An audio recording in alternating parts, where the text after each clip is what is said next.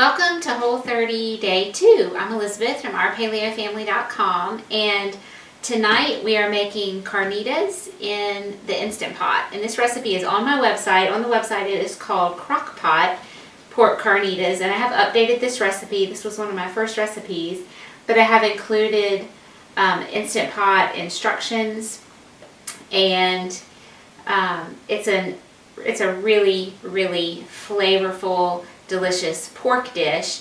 And the only difference between how the recipe is written and what I'm going to do tonight is that my recipe calls for 1.5 to 2 pounds of pork stew meat, and it says or other pork roast, preferably dark meat. And usually what I find at my local Whole Foods is where I buy my meat is something that they call a country style pork rib, and it's a boneless. Is that true? No, it's not boneless. There's a real thin bone, kind of like on a pork chop. It's that kind of bone, and there's usually a little section that's white meat, and a little section that's dark meat. And the dark meat, just like with poultry, is going to be more tender, more flavorful, more moist when it's cooked. Really does well with this sort of slow cooking, or what we're making sort of like a slow cooked food fast with the Instant Pot or with the pressure cooker. And so I really like those country style pork ribs, but they happen to not have any. They don't always have them, and they didn't have that, and they didn't have the stew meat. They only had pork loins, pork chops, which were all white meat, and that would just be dry, and that's not what I wanted for my carnitas. So I got a pork shoulder butt roast, and it's boneless. They had a bone in, but I chose the boneless because I wanted to be able to cut it down to put it in here. And I asked for 3 pounds. So I have a 3-pound roast. I'm going to use the same amount of spices that I have listed in my recipe, and I think it will be fine. So I'm going to just open up my roast, and this whole thing would fit in my pot, no problem. But I'm going to cut it down just because I have found that when I cook a large piece of meat, it tends to not be as tender as I'd like it to be, and I think that cutting it into smaller pieces will help that. So this is my jar of bacon drippings, and it's almost empty. We need to have bacon for breakfast tomorrow. So my recipe calls for a tablespoon, and that is about a teaspoon. That's all I've got. So my lucky family will have bacon in the morning. So I wiped that clean. And let me add a little bit of additional fat. I'm going to use some avocado oil. So just a couple teaspoons. And I turned my Instant Pot on to saute. It's on the normal setting for saute. I'm going to show you my cut of meat here. This was a really nice looking roast, in my opinion. It has some good marbling, but there aren't huge chunks of fat. Like sometimes I feel like I get a roast, either beef or pork, and it's like half fat, and I want some fat because that adds flavor and moisture, but I don't want all fat. I want a good amount of meat. Good meat to fat ratio, and that's what this one is. Let me cut it in half, and you can really see what's going on in the middle. So see, just like a good steak, we have some good marbling here. You can tell that this is dark meat. It's like a chicken thigh or a leg. It's pinker. The white meat would be whiter, like a pork tenderloin, which those are great in like quick cooking applications, but something like this, you want the dark meat. And this little bit of fat right here, it's just really not extreme. I'm gonna leave it in there. Let me wash my hands. And I'm gonna mix up a simple rub of spices. So I have paprika, black pepper, garlic salt, onion powder, and then sea salt. And I'm gonna use 1/4 teaspoon of each of those. Really simple. Oh, you know what? I got regular paprika. I need smoked paprika. The smoked paprika adds a really nice smoky flavor. If you don't have smoked paprika, you could use something like liquid smoke, which is a pure ingredient, that's perfectly fine to use. You could use something else that can have a little bit of a smoky flavor is a cumin. It's not the favorite spice in my family, so we don't use cumin quite as much. This is some onion powder. I'll put in my paprika, my black pepper, my onion powder, a new container of garlic salt. Let me grab a knife. Boy, that is really a tight seal.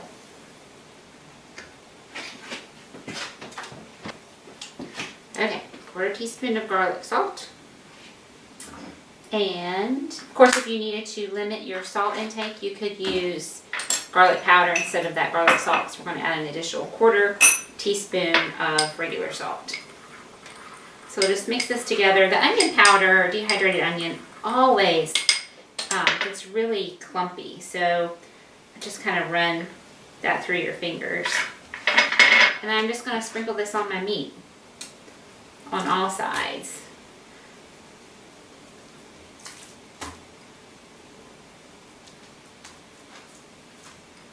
You can see how this was a larger sort of flat piece of meat that at the store they sort of rolled it up, which is perfectly fine. Okay, once we get the seasoning all over this, we're going to put it in our pot. It is heated up. It's not hot on the edges yet, so I'm just going to swirl that fat around so it covers the bottom. I'm going to put my roast in, my 2 chunks, and I'm going to brown this on each side, and it'll take about 3 minutes per side. I'm going to flip it around so I brown it on every side.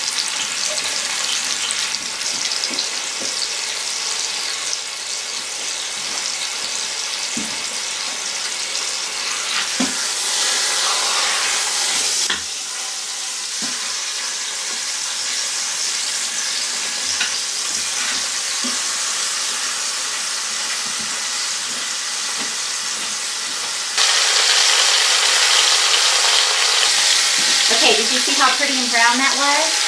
It took about 12 minutes, and I flipped my meat all around, and I got it browned on all sides. And now all I have to do is add some broth. And I have some really yummy chicken broth that I just made a couple weeks ago. It's really good and rich. I'll show it to you in a second.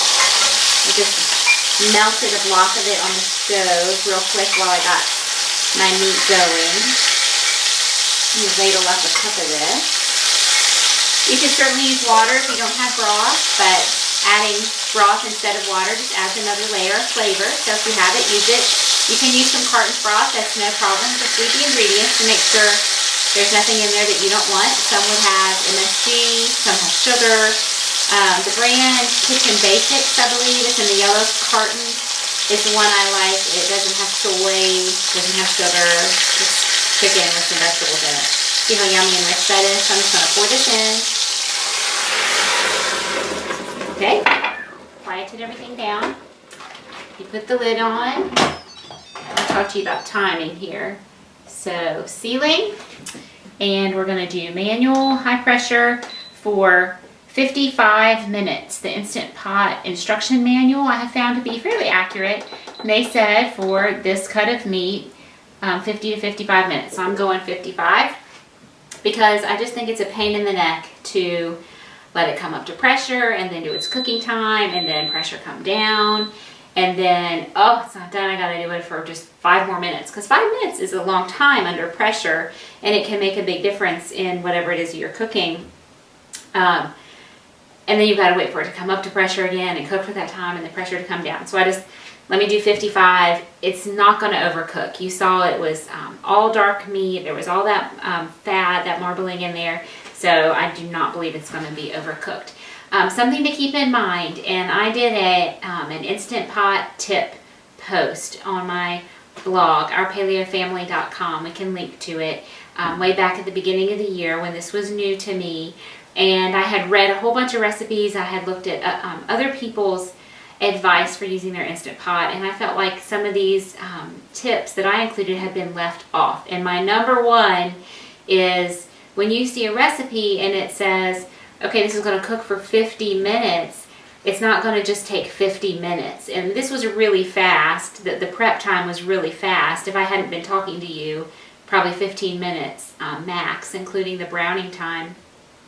But it's going to have to come up to pressure, which the amount of time it takes to come up to pressure and to depressurize is proportional to what volume you have in your Instant Pot. So for example, when I make broth and I fill it to the max fill line, it takes a very long time to come up to pressure, like 30 to 40 minutes. And then I cook that for 2 hours, and it takes almost an hour to naturally depressurize. It's broth, so you know, I'm not in a hurry. The longer it cooks, the better. So I just let that come down naturally. So for this dish, 50 minutes, my guess is it's going to take probably 10 minutes to come up to pressure, because there's not a huge volume in there. I only added 1 cup of liquid and my meat wasn't that big. But then it's also going to take about 15 minutes to depressurize. So now we've taken a dish that might say the cook time is 50 minutes, 50. We had 15 minutes of prep. We're going to have 15 minutes of coming up to pressure and 15 minutes of coming down. That's 45 minutes plus our 50-minute cook time. So you're at about an hour and a half. So don't be fooled when you read Instant Pot recipes by the time. You make sure you factor in the pressure time, coming up to pressure and pressure coming down, and also whatever prep time. It's going to take a few minutes to throw everything in your Instant Pot. Okay, so Whole30 Day 2, we're having the carnitas made in the Instant Pot. I'm just going to shred that meat. I'll show it to you when it's done. And I'm going to fry up these plantains. This one's green. They only had this one green one at the store. This one's yellow, so it'll be a little bit sweeter. These are allowed on the Whole30. You're not supposed to eat the kind of plantain chips that come in a bag, but if you make them yourself, they're allowed, because I think the assumption is you're not going to go crazy eating these all the time, because it's a good amount of effort. I have a really good simple recipe on my website called fried plantain chips. I also have a baked recipe, although personally I think the fried ones are a little bit easier and they taste better. So we're having some fried plantain chips, and I'm going to make some slaw, just some basic slaw. And I have that recipe on my blog too. It's called No Frills Coleslaw. The only difference is there is some sweetener in that recipe, and I believe it's written as maple syrup. I would either use maple syrup or some stevia. And for Whole30, you have no sweeteners of any kind, not even some non-caloric sweeteners like stevia. So it will simply be a dressing of mayonnaise and vinegar and some salt and pepper. I'll use some more savory seasonings like the salt and pepper, and maybe some fresh dill or something like that to punch up the flavor of the slaw, since I'm not adding sweetness, which is typical for a creamy coleslaw. So we have our plantains, our slaw, our meat, and then I'll just saute up some broccoli real quick and give us another green veggie. So that'll be our Whole30 Day 2 menu. So we're going to cook away, and I'll show you the finished product when it's all done. All right, we are back. Our pork roast has cooked for 50 minutes, that's 50, and it took 20 minutes for the pressure to come down on its own. I intentionally let it depressurize naturally so that I could tell you for sure exactly how long it's going to take. Get this lid off and out of the way. And we'll get our meat out of here. Hopefully it's super duper tender. Ooh, this one fell apart. That's a good sign. Yeah. Okay, that broth just smells great, and I can tell it's going to be really flavorful. So all I'm going to do is I'm going to take my forks, and I'm going to, there's a little piece of fat right there. I'm just going to pull that away, and as I pull apart, and get my little steam bath, the various portions of meat here, there will be little bits of fat in between, and I'll just pull that aside. I have my little trash bowl there, and I'll just discard those pieces. There's a vein right there. Somebody in my family would get that and be totally grossed out by it. Luke. So I will pull that out because I'm such a good mom. And I'll just pull that little piece aside for me to taste, and we'll put all of the meat as I shred it just back in the broth, and it will stay warm. So this was the fattier section, so I'm going to have a little bit more work to do in cleaning this part. These forks work really well. They were my grandma's. They're cooking forks. They have real pointy tips, so they work really well for this kind of job. And I was teasing my son about being kind of particular about finding veins and fat and stuff, but you know what, I don't like it either. So I want to be served some meat, and I want to know that it's all meat and there's not going to be gristle and flab and other yucky stuff in there. But it's really pretty easy to pull this off. The meat is more solid, and the fat really pretty easily scrapes away. So this was that big section of fat yucks. We'll just get that out of there. My husband would eat all of it, which is fine. He wants to eat it. Good for him. But I don't want to eat that stuff. He's not grossed out by any of that kind of stuff. He's super easy. All right, let me get my bench scraper, which I use mostly in baking, but it's great for this kind of thing too. I can just scoop up a whole bunch at once without having to get my hands dirty. So I'm just going to continue with this job of separating out all the meat from the fat and some veins and yucky stuff. And then we'll chat again in just a minute. I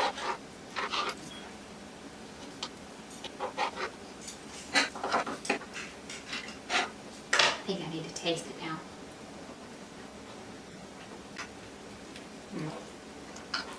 Take me on that.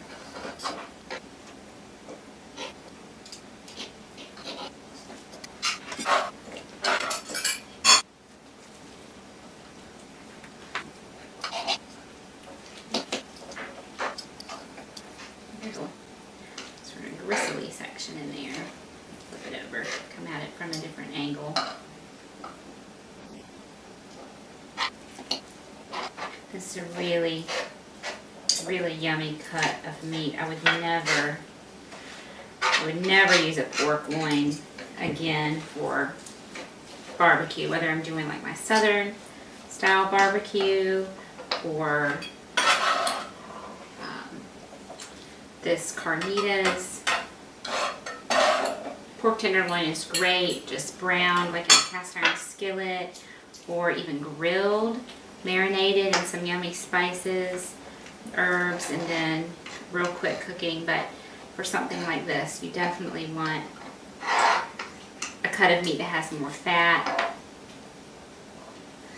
This is a little bit of a tougher piece right here, which is really interesting because the whole rest of it has been super duper tender.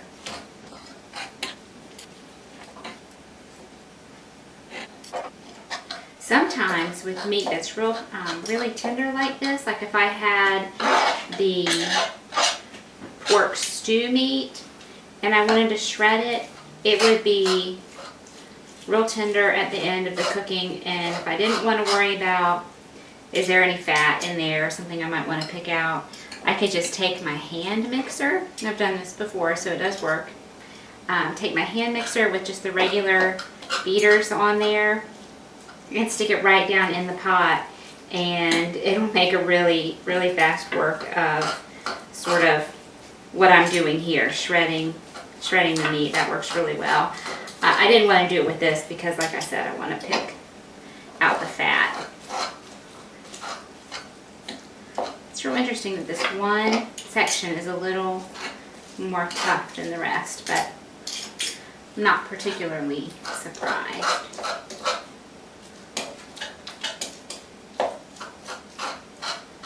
I'm just going to leave that out. If it's tough, we don't want to eat it, right? This piece is good. And there's a little chunk of some fatty stuff right there. I'm get that off. I think I have to taste it again.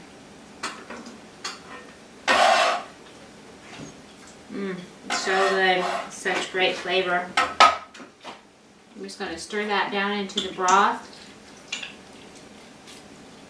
Now keep it nice and hot until we're ready to eat. I'm going to put this away and I'm going to show you how I like to build my plate. You can see I have some bacon back here. I usually don't get to do a whole lot of prepping ahead of time, but I was in the kitchen, I was cooking my plantain chips, which are a little bit labor intensive. You can't just let them go. And so I was here anyway, so I went ahead and turned the oven on. I baked a couple of sweet potatoes, so I'll have those for later in the week if I feel like I need some carbohydrates. And threw my bacon in, and that's for tomorrow. So you'll have to come back and watch our day 3 video. So I take one of my plantain chips and get a little bit of that juicy meat right on top. And a little bit of my coleslaw. Ooh, the meat is so hot. It's hot on my finger. Then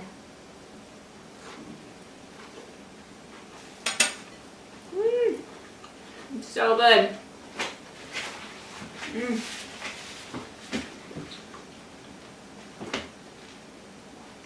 So honey, you're late coming home tonight, and I'm sorry, but it's all going to be on by the time we get here because I'm going to eat it all because it's so yummy. We have the crunchy chips, and we've got the really moist, flavorful meat, and we have the crunchy slaw. It's creamy and so good. And I thought that the coleslaw without any kind of sweetener would really not be enjoyable, but I just mixed my mayonnaise and I used apple cider vinegar instead of distilled vinegar so that it got a little extra flavor. And then I used salt and a lot of fresh ground black pepper, a little bit of onion powder, and that's all. I have some herbes de Provence, and I was looking for that to throw in, and I couldn't find it in my spice cupboard, so we just stuck with the salt, pepper, and the onion powder, and it is really flavorful. I love it. So we're having a little bit of watermelon, and I have just excuse me, steamed some broccoli, and that is our Whole30 Day 2 menu. And you can find all these recipes online. The Carnitas are on my website, the plantain chips, and the coleslaw, and I told you how to modify that, and I think you know how to cook broccoli, and I think you know how to cut up watermelon. So there, your Whole30 Day 2 dinner is ready. Thanks, and I'll see you tomorrow.